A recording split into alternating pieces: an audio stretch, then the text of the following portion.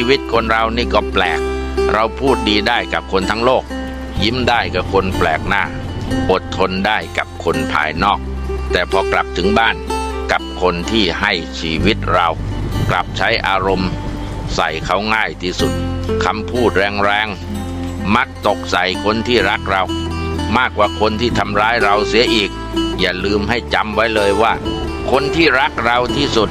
อาจเป็นคนที่เราตะคอกใส่บ่อยที่สุดก่อนจะพูดอะไรออกไปลองคิดสักนิดเพราะวันหนึ่งถ้าไม่มีเสียงของท่านให้เราเผลอใส่อารมณ์อีกแล้วเราจะรู้ว่าคำว่าขอโทษ